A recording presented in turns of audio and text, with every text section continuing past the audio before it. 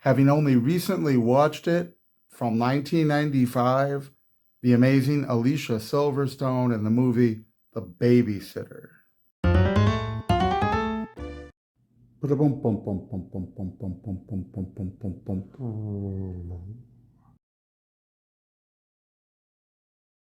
I'm honestly not exactly sure how it is that I did not see The Babysitter earlier on in my life.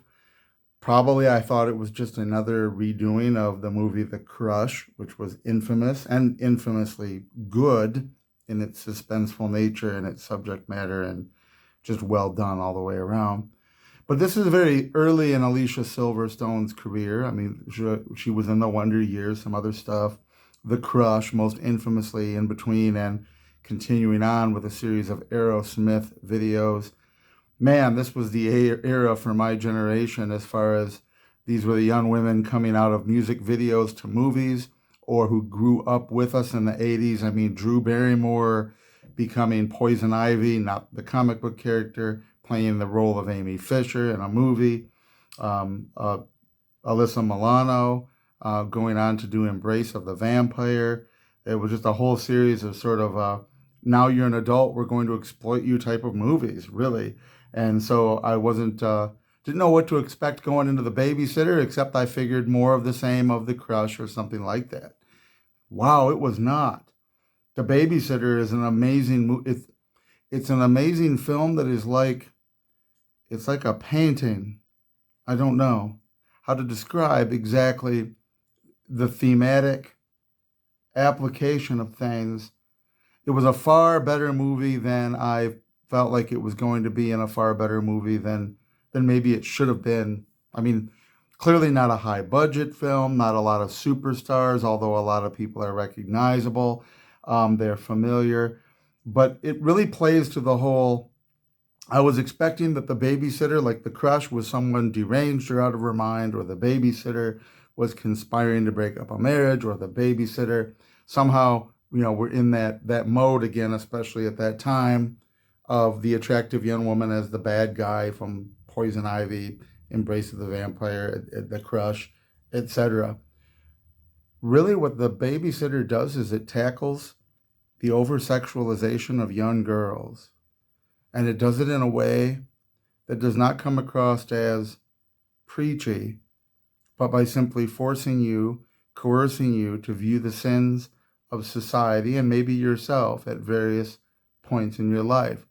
A whole series of characters around the babysitter wreck their lives and definitely scar hers through absolutely no fault of her own that we can discern.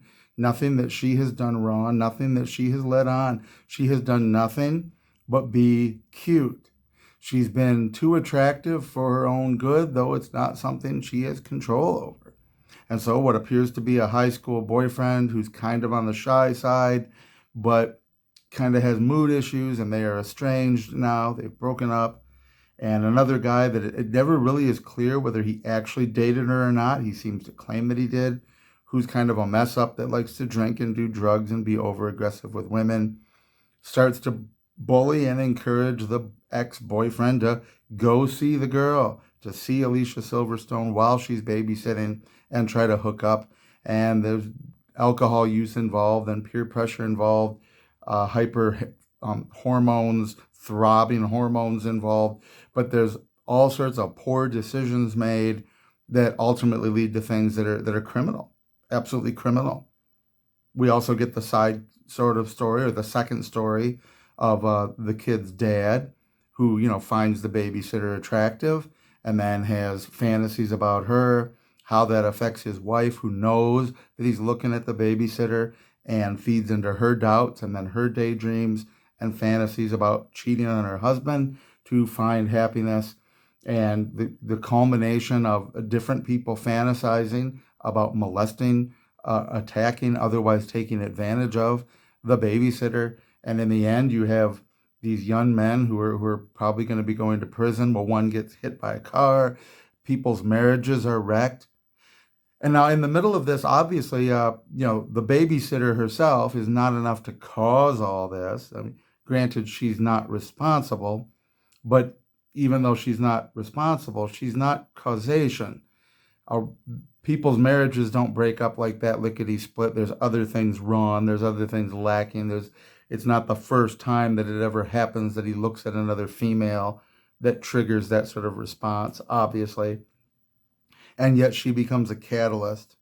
The innocent babysitter who does nothing wrong is a catalyst be around which these various people wreck their lives. And it really ends up being a very fitting parable about lust, about un, untoward, improper desire, and how these things can poison your soul when dwelt on long enough. For the young, aggressive males that fired up hormone state with alcohol and peer pressure, and they act out in ways that are again criminal.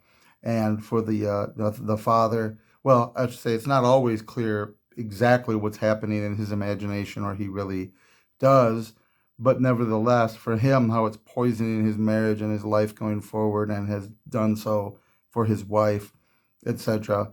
And the poor babysitter, and the real culmination at the very end, where she has had to run and flee and see one guy run over, and she's put in a car to be taken away to safety. And the last thing she says is to her recently estranged boyfriend, "What were you thinking?" And wow, that man, this is insightful. And it is something we definitely, should be addressing as a society. I'm not one of those gun-ho social justice people. But when you look at this from a spiritual, moral standpoint, we sort of have there's these lingering sort of cliches in our culture of men having sex with their maid or their nanny or their babysitter, which traditionally, were the other females besides their wife that were around. And it's something it isn't just wrong, it's become more wrong over time, if that makes sense. 100 years ago, people, not even 100, people didn't all go to college. People in especially small town America got married in high school or right out of high school, began their lives. And I think some of this, the high school babysitter thing is weirder now than it was then, in a sense, because you might be 22 and be, attracted to your 16, 17-year-old babysitter.